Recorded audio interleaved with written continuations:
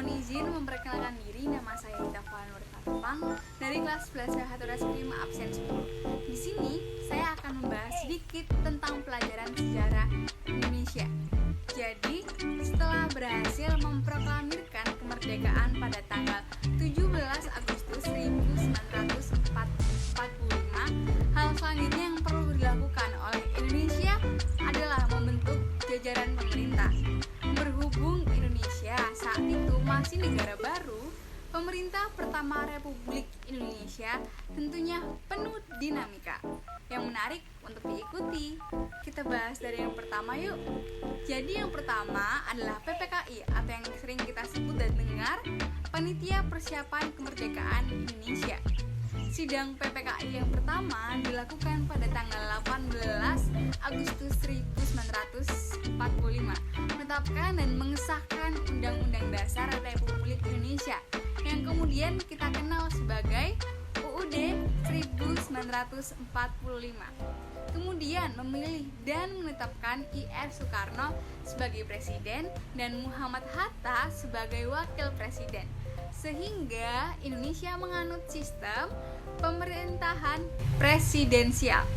Kemudian yang terakhir membentuk Komite Nasional sebagai pembantu presiden.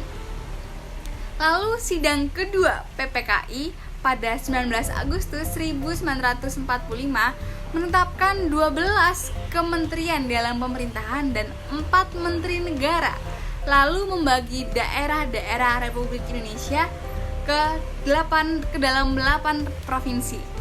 Sidang PPKI yang ketiga pada tanggal 22 Agustus 1945 membentuk Komite Nasional Indonesia Pusat atau KNIP, fungsinya membantu dan menjadi penasihat presiden.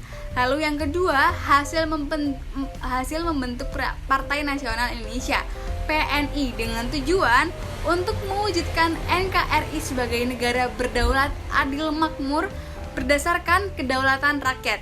Yang ketiga, pembentukan Badan Keamanan Rakyat BKR yang bertugas untuk menjaga keamanan dan ketertiban di daerah.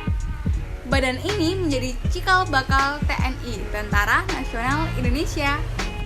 Lalu pada 3 November 1945 diresmikan partai-partai politik berdasarkan maklumat pemerintah. Yang pertama ada Majelis Syuro Muslimin Indonesia, MASYUMI. Kedua, Partai Sosialis Indonesia, PARSI. Ketiga, Partai Komunis Indonesia, PKI. Keempat, Partai Rakyat Sosialis, PARSI. Kelima, Partai Buruh Indonesia, PBI. Keenam, Partai Katolik Republik Indonesia, PKRI. Ketujuh, Partai Rakyat Jelata, PRJ. Kedelapan, Persatuan Rakyat Marhaen, PERMAI. Kesembilan, Partai Kristen Indonesia, Parkindo. Ke-10, Partai Nasional Indonesia, PNI. Pada tanggal 19 September 1945 diadakan rapat di lapangan Ikada.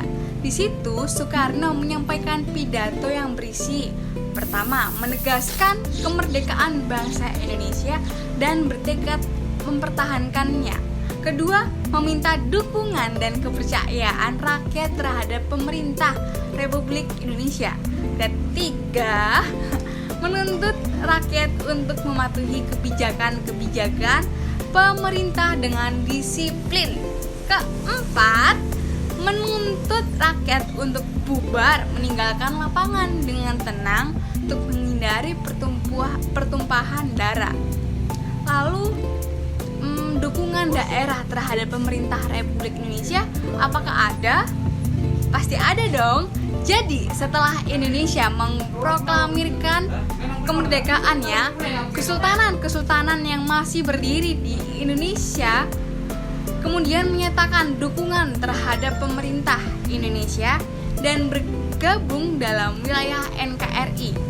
Contohnya, Kesultanan Yogyakarta adalah pertama mendukung pemerintah Republik Indonesia melalui maklumat 5 September 1945, disusul Surakarta, Kasunan, dan Mangkunegaran, dan Kesultanan Siak di Sumatera.